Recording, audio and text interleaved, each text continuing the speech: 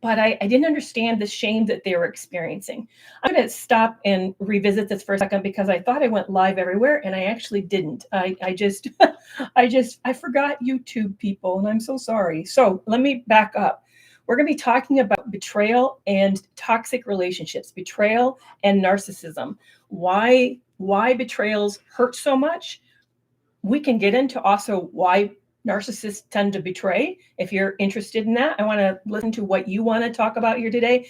But I also want to talk about betrayal trauma and how to get help if this is happening to you. As I was saying, I really didn't know what betrayal felt like. Now, yes, I had been betrayed. Had my family or always prioritized my needs appropriately? Of course not. I was a victim of childhood abuse. That abuse can't happen if there's a proper prioritizing of needs. So of course I experienced that, but I didn't understand what it felt like to be in a reciprocal, intimate, vulnerable relationship with somebody who then betrays you. Now, there are levels of betrayal. I mean, for example, when you talk about your partner in a way that you know that they really would prefer you not share that detail, like if you tell a friend something that's kind of a sensitive thing about your partner, that's actually a form of betrayal. That's a mini betrayal.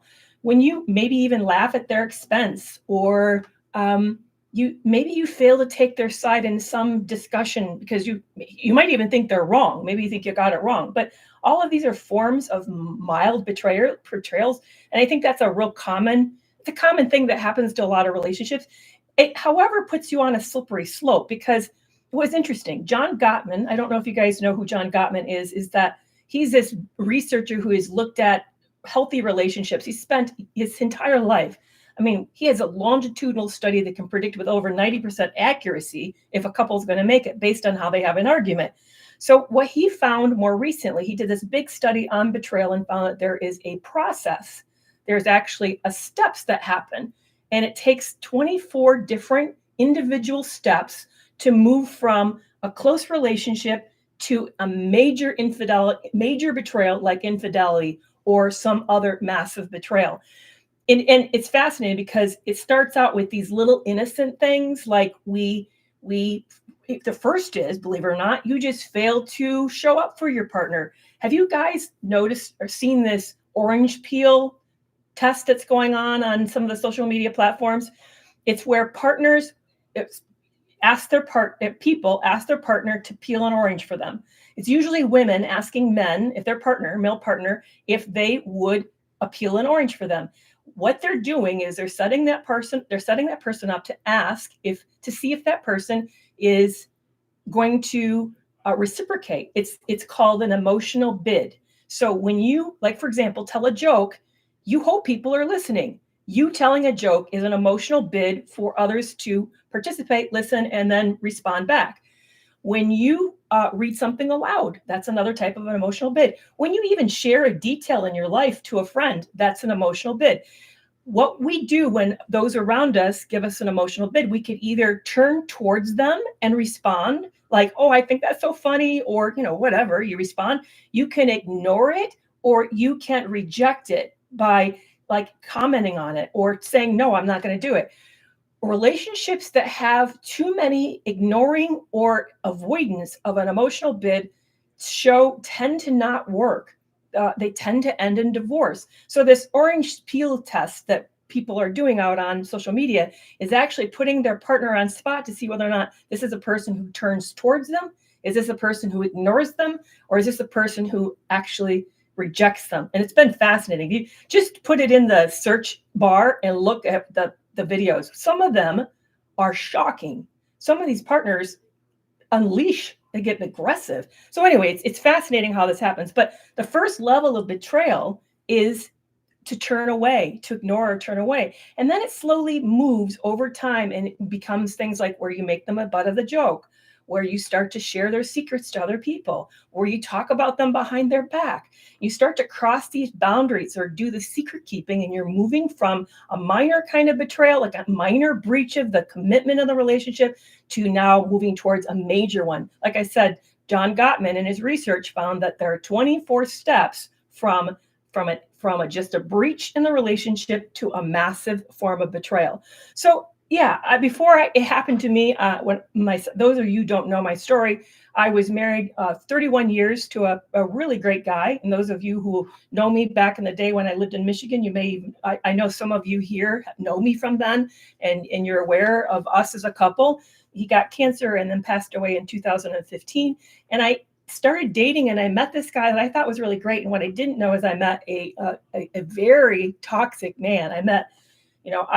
Technically I can't diagnose him, but as a former psychologist, I can tell you that he checks all the boxes when it comes to narcissism, and a lot of the boxes with antisocial personality disorder. So and you think, Kerry, how did you not recognize that this guy was toxic as hell? Well, I didn't really understand, because graduate school and psychology training and counseling training doesn't talk about narcissistic relationships. So I wasn't aware that those of us who are in these relationships experiencing really damaging effects. I didn't know that. I thought that it was just a him problem. It wasn't a we problem. But those of you who've experienced this, that there is no such thing as a person problem or her problem or him problem or a they problem. And when you get into these relationships, it immediately becomes a we problem, that they're solving their psychological difficulties in the relationship with you. So sure enough, that's what immediately started happening. And I also didn't know that this person from the very beginning was already living a double life. That he presented one reality to me. I thought there were certain things that we were doing and not doing. And little did I know that he was actually living a completely separate life, doing other things, which really was mainly about his ability to serial cheat. So I had no idea that I had been dating someone doing that. Never told me that. And then I got married to him. And then that's when we had the honeymoon. And interesting, the honeymoon had occurred 1 month into the marriage. It wasn't like, the day of the wedding. The mask dropped for me about 5 to 6 weeks into the relationship. But once the mask dropped, boy, I saw a whole nother side of him. And that was part of that discovery, was the betrayal. So let's talk about it. I want to slow down for a second, introduce myself to those of you who are new, who don't know me. I'm Dr. Kerry Kerr McAvoy. I am a mental health specialist. For 20 years, I was a counselor.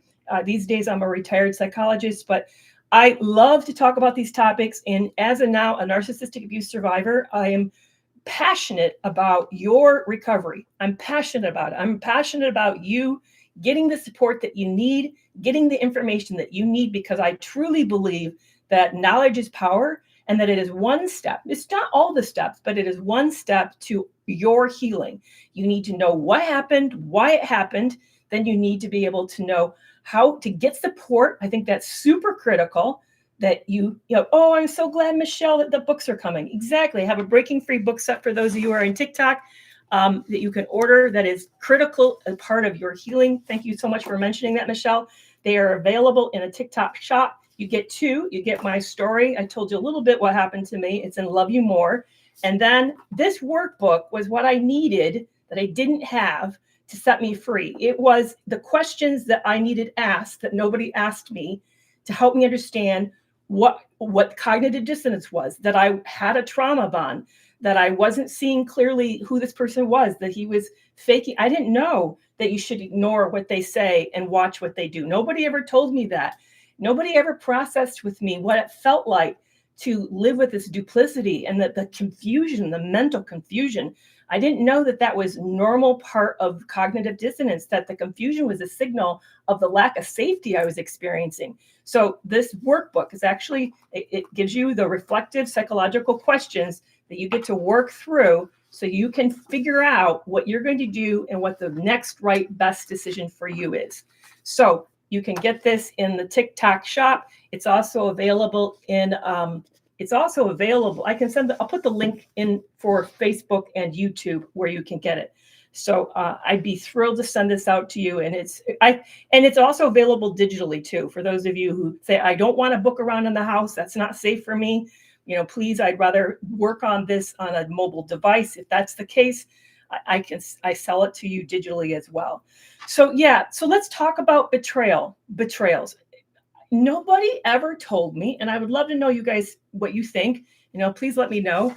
And boy, Facebook is very quiet. You guys were lively. Well, actually, you were lively last week. So I'm hoping you guys are there and that somebody is, watching. But let me know what was the, if you feel comfortable, you don't have to, but if you feel comfortable, what was the betrayal you experienced and how devastated did it leave you feeling? So when I found out that this guy had been living a second double life and that nothing I knew was real, and I remember thinking that, like, I started the moment I got that letter from the woman that he'd been cheating with to let me know that that he'd been cheating, I suddenly wondered how he fit this into his life. And it made me question everything that he ever did. Like, did he go to work when he said he went to work? What about those business trips? What about the late nights that he had when he had to stay late because something broke at work? Was that real? All of this started like coming back in a flood, and I realized I didn't know anything. And as I had this massive realization, there was two things that happened to me. One was called, oh, thanks, Marie. I'm so glad that you're here. Oh, thank you for the comment on the scarf. I've been getting ready for the retreat. We're rising strong. We have 2 spots left, guys, and there's a special discount, 20% off. If you'd like to go to Mexico, you have your passport because time's short and you want to go, but you couldn't go because maybe you couldn't afford it. It's 20% off. I'd be happy to send you the application link and the coupon code for but that's a long thing to say is that those of you who know I had a massive hair loss. I have alopecia severely. And so I wear a wig. And then this is one of the hats I bought in order to kind of wear around the pool when if I don't want to wear a wig, I can wear the hats because wigs are fragile. You don't want to wear them constantly. So I really don't want to, I don't want to wear them out. And this one is a Christmas gift. This is real human hair. You can tell by the way it's moving. And I want to really take care of it because they're not cheap. Human hair are not cheap. Anyway, so what happened to me when that betrayal happened was, and I had the realization that I'd been lied to and that nothing I knew was real. Anybody ever watch Fringe? And Fringe is the idea there's parallel universes and the parallel universes are starting to crash into each other. That's what it felt like to me. I had this feeling like there's what I knew, the world of what I knew, and then there's a world of what I just learned, that's the truth. And I felt like they were smashing into each other and that my world of what I thought that I knew, my Ph.D., by the way, is in psychology, clinical psychology, what I thought I knew was destroyed. And in that moment, my mind, my consciousness fuzzed. If you're around, they don't do it these days. Way back in the day, I'm aging myself, they used to have television stations go offline. So at night, if you watched it late enough, like 2, 3 a.m. in the morning, you could see it in Poltergeist. If you ever watched the movie Poltergeist, you can see it where there's this funny white snow on the screen, and it's just this fuzz, this buzz, this fuzz. I felt that happen inside of me. There was this fuzz. My mind went blank, went white, and fuzzed. And I literally went unconscious. I came to, I don't know how long. I have no idea how long I was gone. I was gone. I wasn't here. And I came to hearing a sound in the room and realized that what I was hearing was my teeth chattering, that I was shaking violently and my teeth was chattering from the violent shaking. I now know from doing research into shock that what I was experiencing was considered a complete collapse, that I had a complete psychological collapse. It didn't hurt. I just wasn't there. I just was in complete disbelief, like nothing I knew of reality was real. And I also realized at the same time that nothing I knew about my partner was true. And it was devastating. And, it's weird to me why we as a culture don't talk about this. Have you heard people talk about what it's like to learn that your partner has been massively lying to you? And some of you share with me that they've been lying to you for years. I had a friend of mine confide in me, and I know this guy, I know him, that he had emptied their bank account, spending it on sex workers. And they were preparing for retirement and the money is gone. She didn't know that he'd been engaging in that. And she certainly didn't know that he was spending their money on that.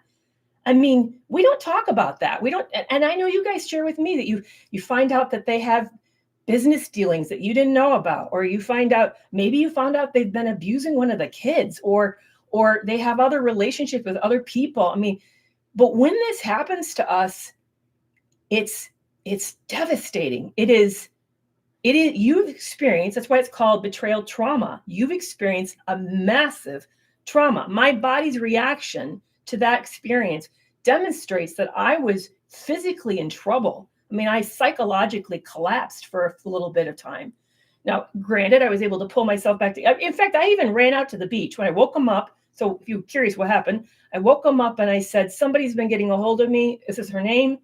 And he said, stop talking to her. Stop talking to her. And I knew then he just admitted that he knew her.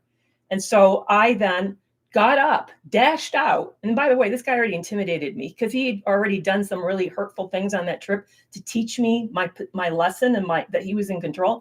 But I dashed out to the beach because we were on a resort for our honeymoon. Dashed out to the beach and I fell to my ground. I literally collapsed into the ground and started sobbing. And I was just overcome. I was literally overcome.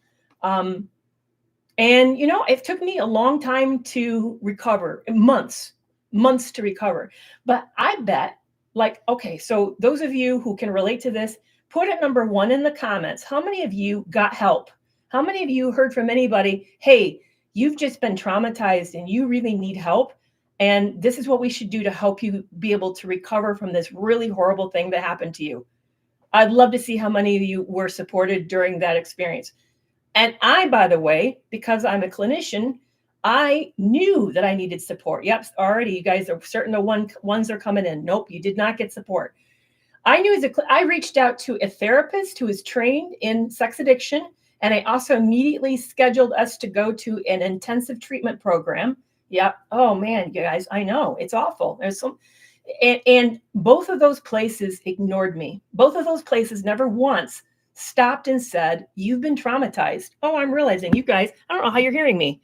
My mic is way over there. Oops. Oh, shoot. Sorry about that. I hope suddenly you're going to really hear me when you haven't been able to hear me.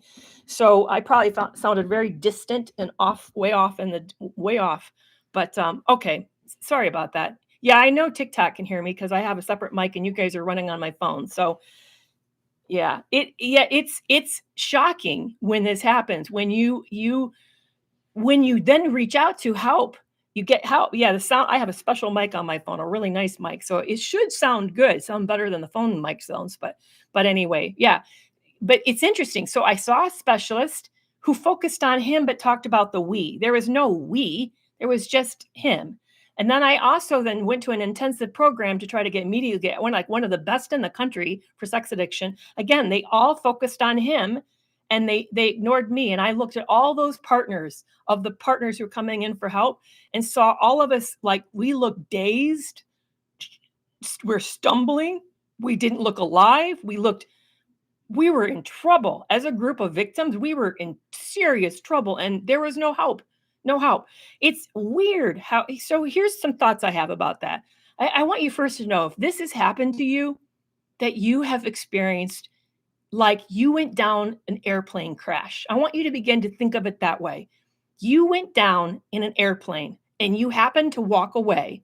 Now, you may not feel like you walked away. Maybe you feel like you walked away, but you lost both arms and both legs and you're barely making it. You're just kind of scraping your way through life. You feel like something really, really like got lost in this.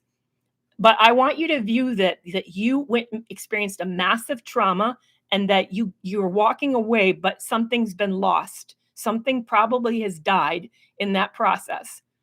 That's a great question, Kate. How does it look when it comes to parent-child relationship? Ooh, you're gonna have to you're making me think now. I'll circle back to that. So I want you to remember that. And here's the first thing I want you to start to do. I want you to stop, and I'm going to stop talking in a few minutes. We'll take your questions. I know some of you guys are asking questions. I want you to stop prioritizing the partner who abused you or betrayed you. And I want you also to stop prioritizing the relationship. Now, I know why we do it, because I did it. I did it immediately. We do it because We think if we can shore up this catastrophe, then we'll be safer. So if we can get this person back on stable footing, back on firmer foundation, we can stop them acting out, then we're going to be doing better because then they won't be hurting us. That's why we do it. But the problem is this person's deceptive. You can't believe anything they're going to tell you. You also you're ignoring yourself. It's like you're hemorrhaging and you're pretending that you're not hemorrhaging all over the floor. And you're going to end up like not here because you're not taking care of yourself. So I really want you to stop focusing on the relationship. And instead, I want you to focus on yourself. Now, what does that look like? It looks like immediately do the things that you would do if you'd suffered an accident or you had just major surgery. I had 2 total hip replacement surgeries in 2021, which, oh lordy, has that been a process coming back from it? Sheesh, I'm still working my way out of it. But my first thing was I was given restrictions. I was, obviously I had special care and treatment that I was to follow. I was I was getting treatment from somebody. I want you to view it like that. I want you to, so you're saying, yeah, but I don't know how to do that, or there's just not the support around me, or nobody seems to get it. Yes, that's right. Not everybody's going to understand what you went through. I know that. I know that. But there are people who do. And that's why you're here meet with me today in this community. That's why you're on social media. And that's why you're hanging out on the live, because there are pockets of people who really, really understand. And one of the things that I would love to have you do is consider joining a support group. They're online. Some of them are free. I can even tell you some of my friends' support groups who are free. I also have one. The community rate is $7.99 a month. And then the higher rate, which includes live group coaching each week, is at $75 a month. $75. You get 4 hours of live group coaching for $75 a month. Now, some of you are like, that's really a great idea, Kerry, but I can't afford any of it. Then I want you to contact me and ask me for special support. I want you, like, for example, someone just said, I need that. Please get a hold of me and say, hey, I can't afford this level. I want to be a part of this level. Please, can you make an exception for me? And you and I will work out some financial arrangement that works. So please don't go. That's the first thing. Get support. Don't go it alone, because they want us isolated. First of all, it makes you more controllable. And it also means that you aren't going to get help and you're not going to know the truth because there's no one to talk to about this. I know for me that I went on, I like literally plastered a smile on my face. I walked through like a robot through life, but I felt like inside of me that I was dead, that something had happened to her and she was gone. And I was just going through the motions. And I got into a group support, but they were like once a week and it wasn't when I needed it. You know what I'm saying? So that's why it's so important to get into a group that's like constant. So I really, really want you to consider joining a support group like I have, like others have. And if you need help finding them, I can certainly point you in the direction of them. And I also want you to consider Toxic Free Relationship Club, and don't let the cost deter you. I know so many of you don't reach out. I tell you this each week, and then you never reach out to me. And I have a feeling it's this. I'm going to tell you why you don't reach out to me, because it's why I wouldn't reach out. I would think they're going to tell me no, and I feel really stupid for asking, and getting a no when I desperately need it so bad, it hurts worse. So I'll go without because I don't want to be rejected. I can't stand to be rejected. I want you to know I'm committed to you, that I will not reject you.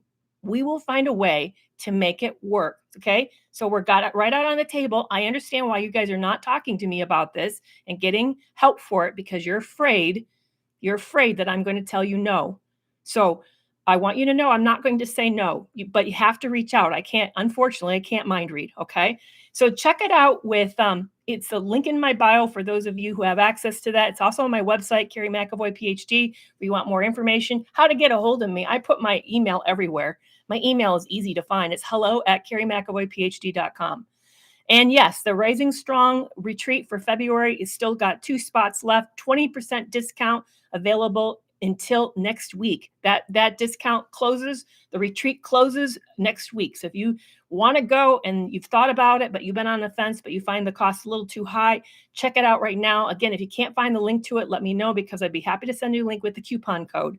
So reach out to me for that. And I'm going to be offering 2 more retreats this year. We haven't unpacked all of it, but I can go ahead and announce it. For men in September 19th through the 22nd, men's only in Orlando, Florida. We're working on some cool benefits, like maybe golf might be a part of it. So for men only, and then we'll have a second retreat in October for women. And I'm working on right now an equine therapy experience with an equestrian center near Orlando, Florida. It's going to be powerful. So if you had thought about wanting to go Rising Strong, but you thought, I don't want to fly international, or Mexico's not for me, or I don't have a passport, but you really wanted to go, then be sure to watch for the men's retreat called Unleash Your Potential in September. We're going to have a small group of men, under 20 men. And if you're a woman, it will have under 30 women go to Orlando, Florida in October 3rd through 6th. And it's called Strong and Unstoppable. Yeah, it's going to be equine therapy where, by the way, you got I'm not riding a horse. No, you won't be riding a horse. And it's optional, by the way. You don't have to do it. But we're going to make sure it's included as part of your fee, that you get this incredible experience. I did it years ago at Maryville. And I'll tell you guys, it was wow. Wow. You learn so much about yourself and how you relate to the world around you, how you see yourself in relationship. It is a wow. So the Strong and Unstoppable focus is on building confidence in yourself and in the world, so that you can walk out knowing who you are more and how you relate to others, how you move through the world, so you can take the control back. And the one for the men's is going to be focusing on how to understand what it means to be a man in a world where something devastating happened to you, where you feel a lack of support to show up as a man, to talk about it, how to find support among men in a safe way, and how to then step back out in a world kind of in a new way and with more confidence in yourself to unleash your potential. So I'm super excited for both. I know that men are way underserved, and I want you to know I see you. I know that a lot of you have gone through really hard things with really hurtful women. The rates of narcissism is nearly 50%, unfortunately, but we don't talk much about female narcissists, and we don't talk a lot about what happens to men. So if you're a man in that category and you'd really like to work with a small group, a small safe group with people who are experts in narcissistic abuse, please be sure to watch out for this upcoming retreat. So I gave you a lot of suggestions about what betrayal is, how betrayal happens in these relationships. Now, I didn't talk about why narcissists betray. I will do that, and then we'll jump into your questions. So why does narcissists betray? Well, interestingly enough, it's not a series of betrayals like you experience in a normal relationship between two people who are relatively healthy. Like I said, Gottman found 24 steps from like turning away of an emotional bid all the way to this massive betrayal. With narcissism or other antagonistic disorders, including antisocial, possibly borderline, sometimes their dynamics are a little bit different, but also I'm thinking of the hysterical person as well. But some of these people, what happens is they already come into the relationship with a betrayal mindset. And that is because they have 2 big problems in relationships. One is they are not looking for intimacy. They're looking for supply. So they go into it with more of a predatory mindset. I need something from you. I don't intend to show up and be vulnerable with you. I want to get something out of this relationship with you. The second thing is they really don't view the ability to show up authentically as even something they would remotely entertain. It's not a part of their drive. Their drive is about winning, and their drive is about power. So they're really looking to get all the kind of the accolades and admiration and all the, everything they can get from you, but they don't see it as this something they're going to be doing with you. It's never about us. It's always about this person. So as a result, they come in with this very predatory mindset of moving into the relationship with, I'm going to do whatever I need to do with whomever I need to do whenever it feels appropriate to me, and kind of whatever this other person doesn't know won't hurt them. That's sort of their mindset. So they start the relationship on a bedrock of betrayal and deception. If if you haven't discovered it, unfortunately, it's because you haven't discovered it. It's not because it's not happening. And it may be, now I'm not saying they're cheating on you. It may be a mild maybe a mild level of betrayal. Maybe like they joke about you behind their back, or they're rolling their eyes whenever you say something, or they think that whatever your little things about you that are quirkily you, that is silly and stupid, but they're doing levels of betrayal all the time, because it's not a collaborative relationship. This isn't a team. They didn't create a team with you. So that's why narcissists, it's really dangerous to be in a relationship with a narcissist, because they don't approach it like you're a unit, like you're going into this together. That's not their mode of operandi. They're going in it very self-oriented, what they can get out of it and what they can take from you. So that's hard. But I'm basically telling you, because I know not everybody can leave a toxic relationship for lots of complicated reasons. I certainly found it extremely hard to leave a toxic relationship. But we don't talk about that. The fact that you're in a relationship that is never going to prioritize you. You're in a relationship with somebody who's going to regularly sell you out, sell out your needs, sell out your desires, sell out. I'll never forget. Here's a really kind of silly, innocent example. My ex had a big need for certain kinds of snacks. I mean, like, our life lived and breathed on these snacks. He had to have them in the house and had to have them every night. He would move heaven and earth to get these snacks. That's how important that they were to him. So we were at the grocery store picking them up because we were low. And I thought, hey, I want something too. And I really wanted a particular type of something. And he headed towards the cashier, and I said, hey, I didn't get mine. And he said to me, remember, this is a guy who'd move heaven and earth for his. You can get it next time. Doesn't really matter. What? You will spend $60 of a taxi drive. Literally did that on a resort looking for these snacks. And you're telling me that you're not going to like wait for me to run back to the aisle to pick this item off the shelf? See, they're never going to prioritize you. Not ever. Not ever. So now I'm going to turn this over to talk with you. What questions do you have for me? And I know one of the questions that came in is, what does a betrayal look like with parent and child? Well, that's a great question. And it's interesting because I'm listening right now. If you guys haven't checked out Lindsay Gibson's work, I highly recommend her. Lindsay Gibson wrote the book, Adult Children of Emotionally Immature Parents. Now, you're saying, why would they say it's emotionally immature parents? Why not just say narcissistic parents or antagonistic parents? Well, she wanted to be all-inclusive, and she's being a clinician and being very careful with her wording. But think of that as saying adult children of narcissists. That's really what she's saying. Or the adult children with cluster B diagnosis. That's another way you can think of that. And you guys are like, it's an awesome book. It is an awesome book. We're reading it in our Toxic Free Relationship Club. It's the book club. It's the book of the month. We're going to be talking about it in February. She talks about the fact that from the get-go, the parent never prioritizes the child. The child's even creation is to serve the parent's need, not to serve the child's needs. So the betrayal starts right off at the get-go.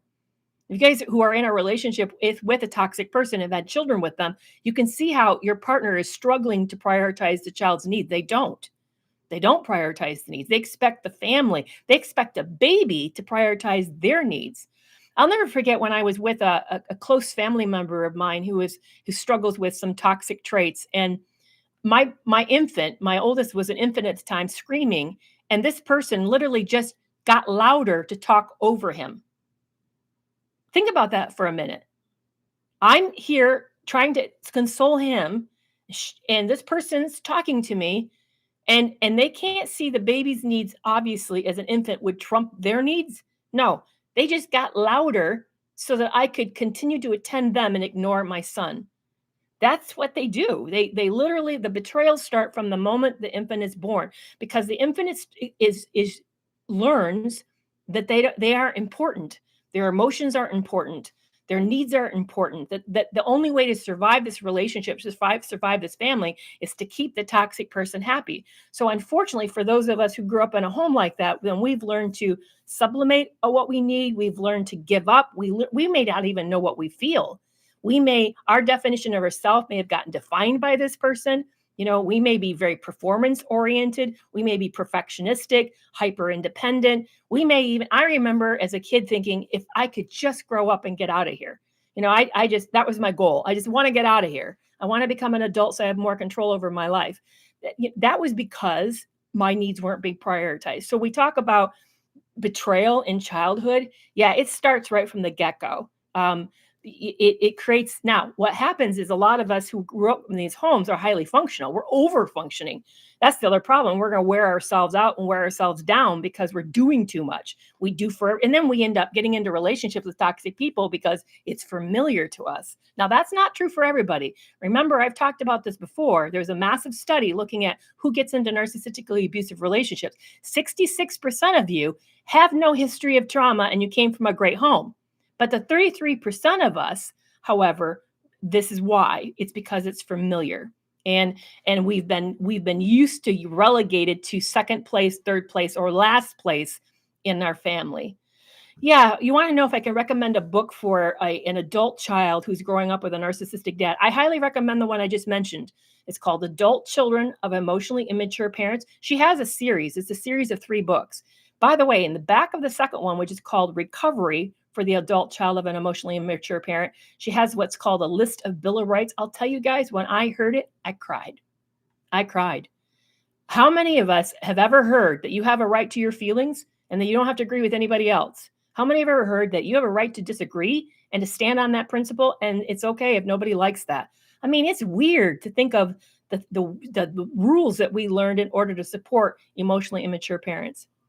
All right, so okay, so Rhonda's asking a good question about the retreat. Yeah, Maria, definitely get that book. It's a really great book. The retreat's open to anyone who's experienced a narcissistically abusive relationship. Anyone. It does not have to be a romantic partner at all. And the only caveat that we ask for you is that you please not be in an active relationship with this person. Now, I know some of you say, yeah, but I have to live in the house. We're living as roommates, but I'm not actively trying to work out a relationship with this person, then you qualify. But if you're still in a relationship and you're trying to make it work, or you're having to because it's your only option, unfortunately, this retreat's just not going to be targeted in the right direction for you. That's why we've excluded you. Not because we don't want to serve you, not because your needs don't matter, but because the focus just won't fit. And I don't want you to be in a group where you feel like an odd man out. So it's for those of you who have been in a narcissistically abusive relationship. Could be a parent relationship, could be a neighbor, could be a boss, could be a sibling, could be a friend, and you're out of that relationship and it really devastated and you're trying to heal. Then Rising Strong and the upcoming retreats are absolutely would be beneficial for you. Absolutely. Oh, thank you so much, Barry. I appreciate it. I really appreciate that a lot. Yeah, so Walking on Eggshells, that is another really great book. I agree. I like that. Yeah, isn't that amazing, Perry? You have a right to your own feelings. You have a right to not be expected. Thank you. You have a right to not be expected to mind read for anyone else. Totally. You have a right for that. You do not have to in any way that you're the other person. Somebody got mad at me. It was interesting because I put out this, it went quite big, this, which surprised me, was about that emotionally immature people are draining. And somebody got on that this person had a diagnosis of a cluster B personality. And they said, well, isn't it the partnership's responsibility to soothe the anxious person? Well, yes and no. Let's kind of talk about that. So think of it like this. If you're hugging somebody and the person decides that they're not going to stand on their own 2 feet and they're going to lean all their weight into you, is it your job to hold them up? No. And unfortunately, people with cluster B diagnosis tend to want us to hold them up. They will literally stop standing on their own 2 feet and they want you to carry their weight. That is not your job. Now, is it okay for you both to lean into a little bit each other at times? Absolutely. That's kind of a normal part of relationships. Yeah, that happens. But it's not your job to soothe a person's uncontrollable rage or aggression or fears or insecurities or whatever it is. That's not your job. Your job is to take care of yourself. That's your primary job.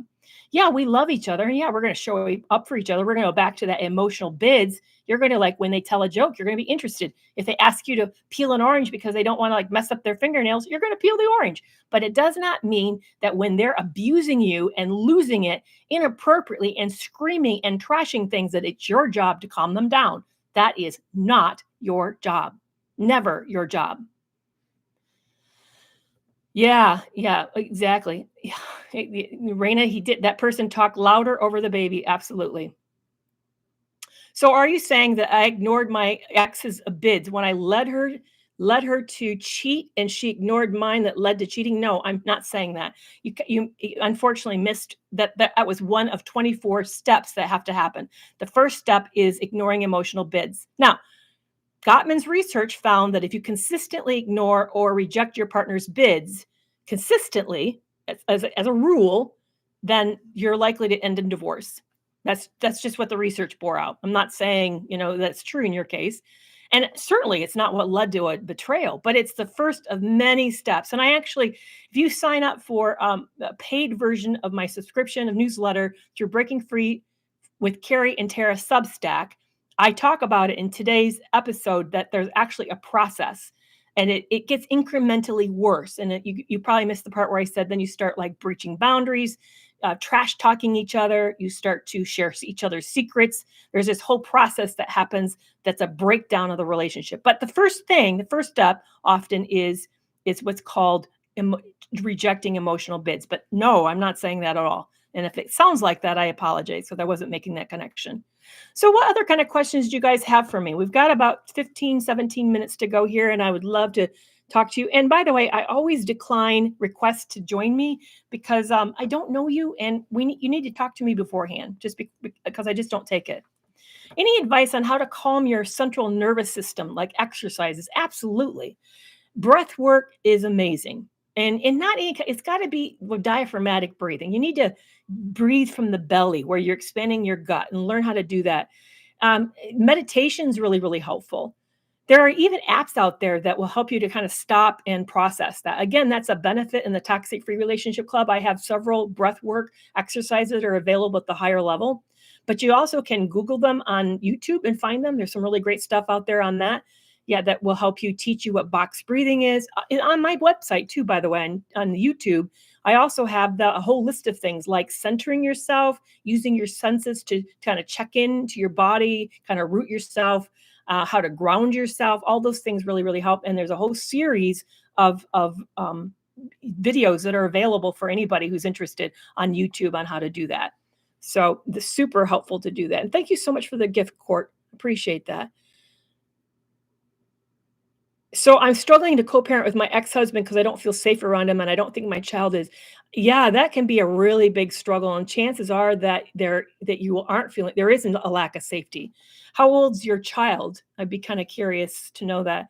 Somebody asked, what's an emotional bid? So an emotional bid, I know that's something I talked about for those of you who joined me early on. So please forgive the repeat of the description. Oh, he's 3. Okay, I'll circle back and talk about that. Emotional bid is anytime somebody reaches out for an interaction with you.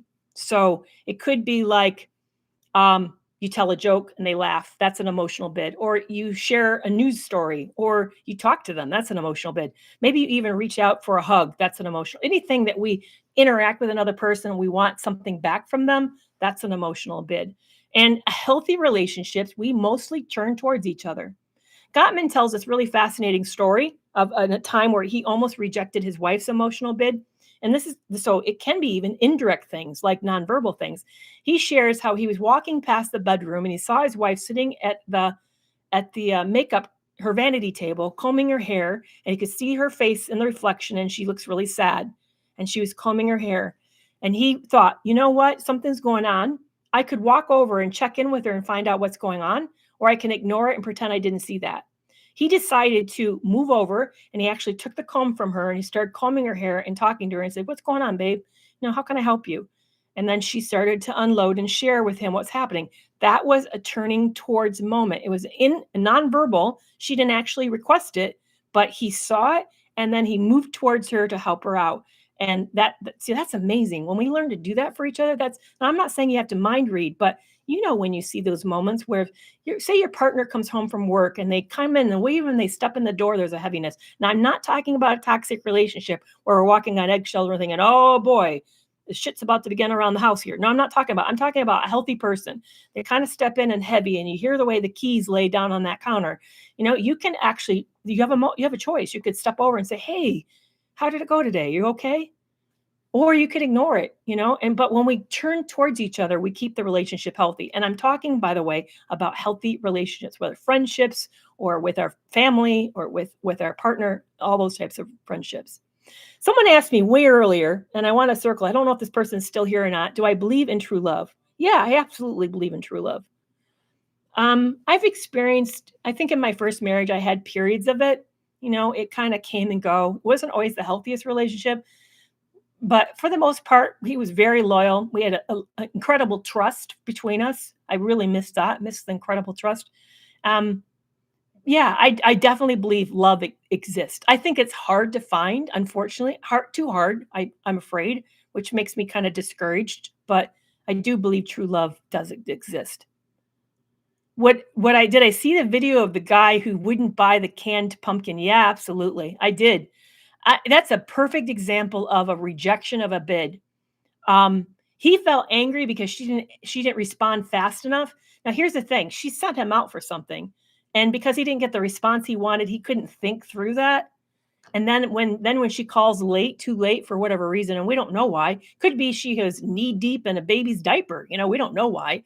But he just said no, he was not going to turn around and go back to go get the can of pumpkin. By the way, a can of pumpkin only costs under $2.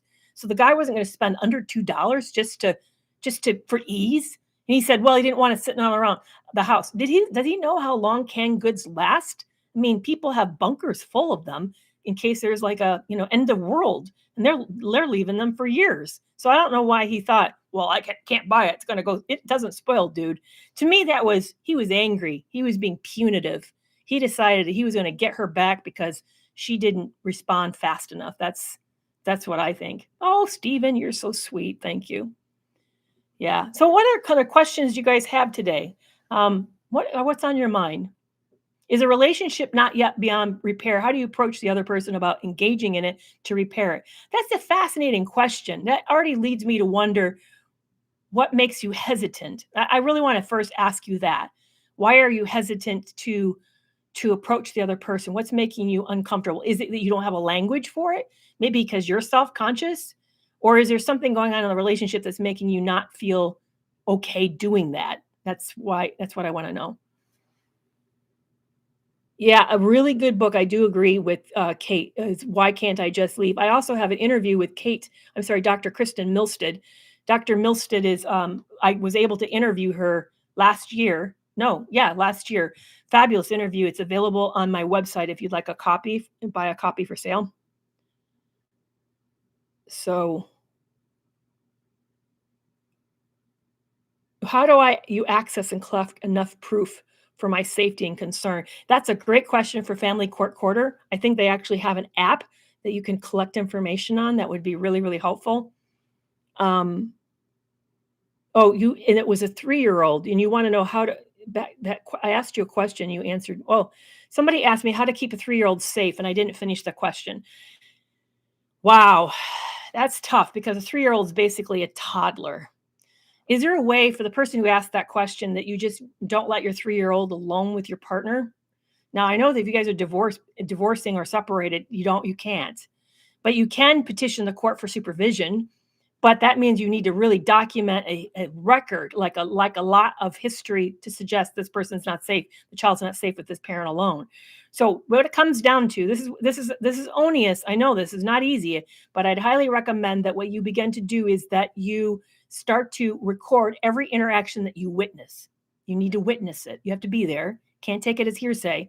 You record where, when, who was there, and what time it happened, and then say what was said, and then what your child's response was. And you just do that over and over.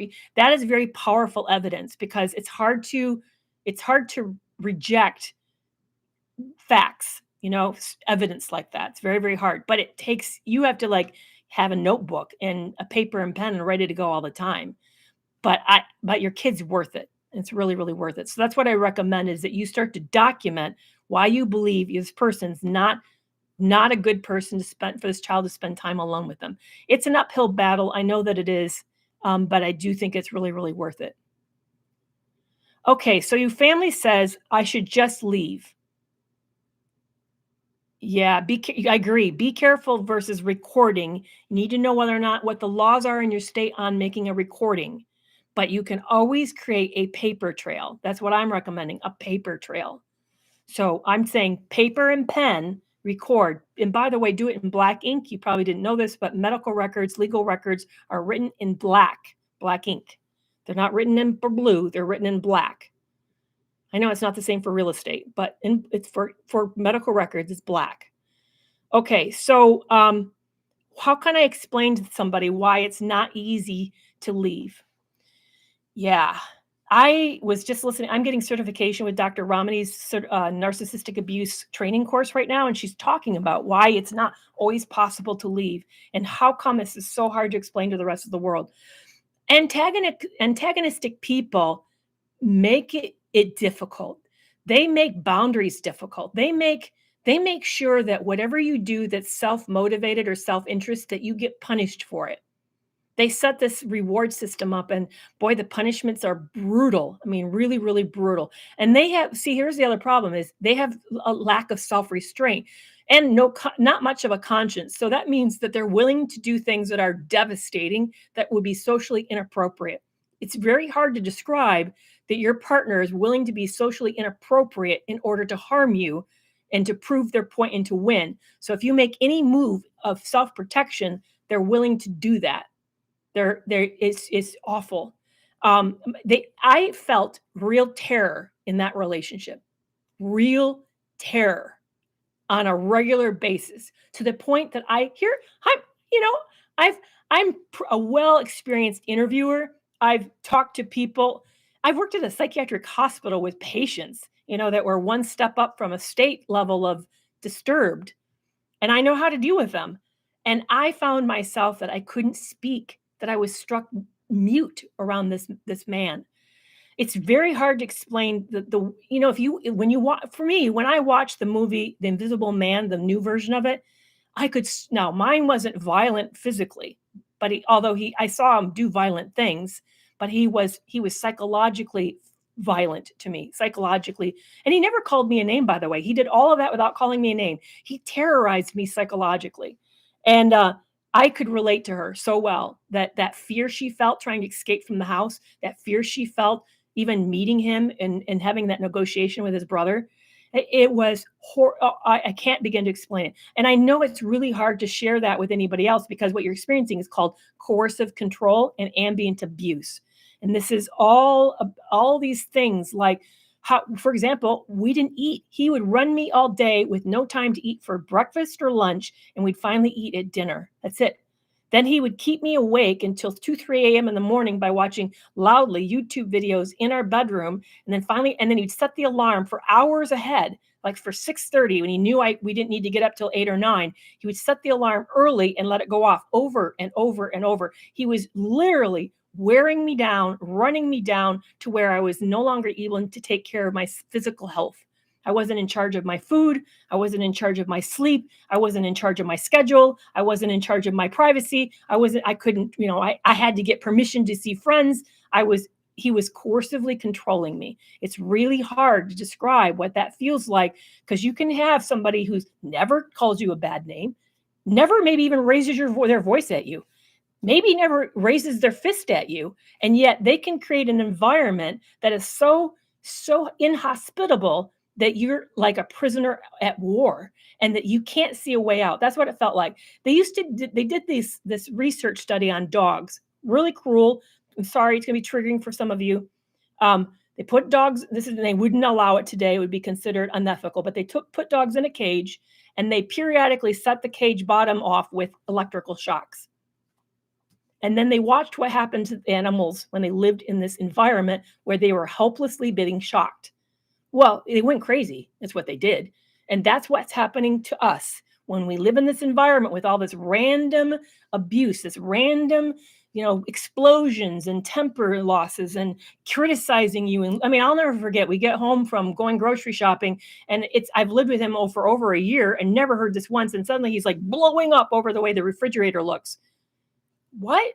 And then he tells me I don't know how to even do laundry. And I had already raised a family of 5 and did laundry for 30 some years. And he's saying, I don't even know how to do laundry and I have need lessons. I mean, it's amazing the way they literally are like, they're brainwashing you. They're breaking you down, breaking your identity down and gutting you. So that's why it's hard to leave, is because by the time you're like ready, first of all, you're now shaky. You have massive neurological damage done from all of this. Your cortisol levels are through the roof. You can't think. Your executive functioning is not well. I couldn't find words. I struggled to speak normal sentences. Here I'm a PhD and I can't put split sentence together to talk my way out of anything. Man, you can tell I'm triggered talking about it. Yeah, it's horrible and it's hard to explain. And here's the other thing, and this is what Dr. Ramadi said. She said this. She said this. Boundaries don't work. They're useless.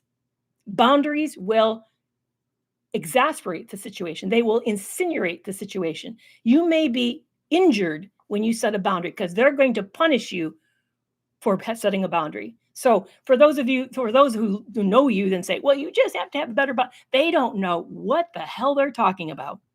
Boundaries do not work in a toxic relationships because they'll up the ante.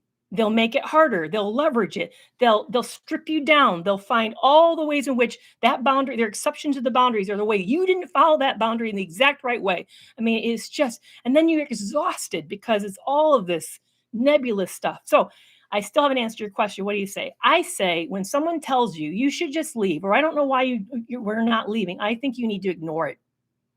You need to say in your head, this is a person who's not experienced it. Lucky for them. But they don't know what I'm going through. They cannot relate to what I'm going through. And then I want you to find people who do. That's why you're here today hanging out with me, because I get it. This group of people we're hanging out together with get it. So you need to find your people who get it. There you can really talk about what's happening and why it's happening and what you're going to do about it. But I would just stop talking about it with them. To me, they would become somebody that, yeah, they love me. They say they love me, but they don't really know how to show up for me. And then I'm just going to stop turning to them for support. I feel bad. And yeah, I definitely, maybe if they really want to learn, give them Dr. Milstead's book, Why Can't I Just Leave, and say, Mom or Dad or friend, this is what I'm going through. This is me. You want to understand why I'm stuck? This is me. Please read this book and then come back and talk to me about it. Or get them my book. And then they're going to say, they're going to read my book, Love You More, and say, she is the weakest, most pathetic person. I don't know why when she had all these chances, she didn't walk out. Well, now you know why. You heard me share how I felt in that relationship and how scared I was, how terrified I was. It was awful. I waffled back and forth. Literally, the first thought in my head in the morning was, what should I do? Is today a good day? Is he really working? Are we going to get better? Or should I leave? And then the last thought in my head as I went to bed was, wow, today was a really rough day. Was tomorrow going to be better? Is he really working on it? Or should I leave? I mean, I couldn't make a decision. I didn't know, and I knew whatever I did would be permanent. And he would make sure that I paid for my decision. It was awful. There's an old myth about the lady and the tiger. So these suitors come and they want to marry this princess. And then the king, this is like a Greek myth or something, makes them make a choice. You have to pick a choose. You have to pick a door. One has the princess, you get to marry her, and the other door is the tiger who's going to eat you. Now, what happens when you're in a toxic relationship you are faced with the lady and the tiger situation around leaving, but there's a tiger behind every door. There isn't a lady behind that door. There's a tiger behind that door. And every door you choose is going to eat you. You just have to figure out. In fact, I just watched for the first time The Deer Hunter. It's 1979 film, won lots of Academy Awards. It's dated. It's probably, is it as powerful as it was way back when it was first shown? No. Great people. It's got Robert De Niro and Meryl Streep in it. There's a scene in it where Robert De Niro and Christopher Walken are POWs. And they know if they don't get out of this prison, they're going to die. They're playing Russian roulette for their captors are playing Russian roulette for money on their lives. They know they're going to die. So the Robert De Niro character says, we gotta take a moment and we gotta save ourselves, and we gotta take a risk. And they're terrified, and it could go way wrong. but they know this is the only way they're going to get out, because if not, they're going to die in this situation. That's what it feels like to be in that relationship. Like that. Like that. So I get it. I get it. I feel teary even talking about it. I get it. It feels like that. Well, you guys, our hour is up together. I so appreciate hanging out with you today.